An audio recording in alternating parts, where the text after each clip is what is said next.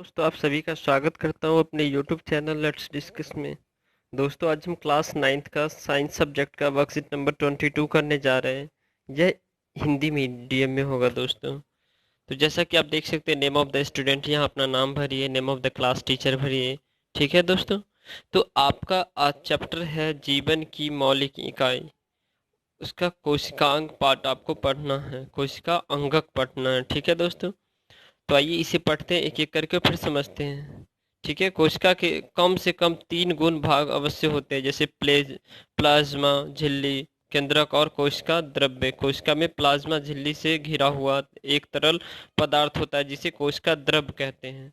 मतलब कोशिका द्रव्य किसे कहते हैं? जो प्लाज्मा झिल्ली से घिरा हुआ एक तरल पदार्थ है, अर्थात लिक्विड होता है दोस्तों, उसे कोशिका द्रव्य कहते हैं। कोशिका द्रव्य में केंद्रक के अलावा कई सूक्ष्म संरचनाएं भी होती है। केंद्रक के होता ही होता है, साथ साथ और भी बहुत सारी चीजें होती है जिसे कोशिका अंगक कहते हैं। जैसे यूकैरियोटिक कोशिका में अंतर बेई जालिका, गोल्जिका उपकरण और लाइसोसोम। दोस्तों लाइसोसोम ये जो पॉइंट है ये बहुत इंपॉर्टेंट है, आपके एग्जाम में आएंगे। लाइसोसोम को आत्मघाती थैली क्यों कहा जाता है? ठीक है। प्लेस्टिड रसधानी तथा माइटोकॉन्ड्रिया, पावर हाउस जो है ना, शरीर का पावर हाउस किसे कहा जाता है? तो माइटोकॉन्ड्रिया को कहा जाता है, बिजली घर। ठीक है दोस्तों। तो माइटोकॉन्ड्रिया, इस सबको डिस्कस करेंगे हम नेक्स्ट वर्कशीट में, इसके बारे में डिटेल आएगा पढ़ने के लिए। तो मुख्य कोशिका अंगक है ये सारे क्या है? लाइसोसोम, प्लास्टिड राजधानी तथा माइटोकॉन्ड्रिया है। प्रत्येक कोशिका अंगक कोशिका में एक विशेष जैविक क्रिया करता है, जैसे ऊर्जा, प्रोटीन और लिपिड का निर्माण भंडारण करता है। ऊर्जा कोशिका और लिपिड और ऊर्जा प्रोटीन और लिपिड का निर्माण करता है। कोशिका द्रव्य तथा केंद्रक दोनों को मिलाकर जीव द्रव्य कहते हैं। तो इसमें दोस्तों ये जो क्वेश्चन, आइए क्वेश्चन देखते हैं, बेहतर तरीके से समझ में आएगा। पादप व जंतु कोशिका का चित्र बनाकर सभी कोशिकांगों को नामांकित कीजिए। तो इस क्वेश्चन नंबर फर्स्ट का आपका आंसर ये है दोस्तों। इसका वर्कशीट का मैंने लिंक भी डिस्क्रिप्शन में डाल दिया, वहां से आप बेहतर तरीके से देख सकते हैं। तो ये दोनों डिफरेंस लिखना है, जैसे जंतु कोशिका में विभिन्न कोशिका अंगक और पादप कोशिका में विभिन्न कोशिका अंगक। क्वेश्चन नंबर सेकंड है, उपापचयी क्रिया क्या होती है? उदाहरण सहित लिखिए।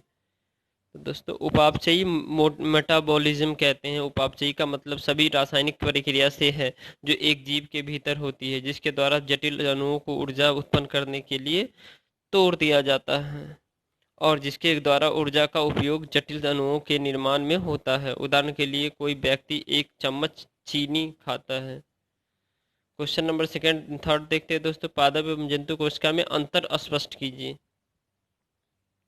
तो देखिए, पादप और जंतु कोशिका, पादप कोशिका में कोशिका भित्ति और क्लोरोप्लास्ट होता है, जबकि जंतु कोशिका में कोशिका भित्ति और क्लोरोप्लास्ट नहीं होते। पहला अंतर है।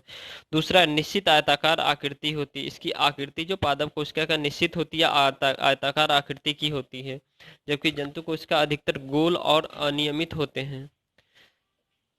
न्यूक्लियस यानी न्यूक्लियस साइड में पाया जाता है पादप कोशिका में। इसका जो सही से लिखा हुआ है दोस्तों, इसे सुधार कर लीजिएगा।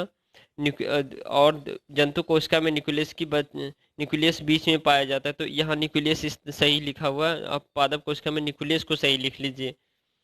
खुद भोजन बनाते हैं, मतलब पादप कोशिका खुद भोजन बनाते हैं, जबकि जंतु कोशिका दूसरों के ऊपर निर्भर रहते हैं। जैसे हम इंसान दूसरों के ऊपर निर्भर है, और पादप कोशिका पेड़ पौधे, हरे पौधे, ये सब क्या खुद अपना भोजन बना लेते हैं।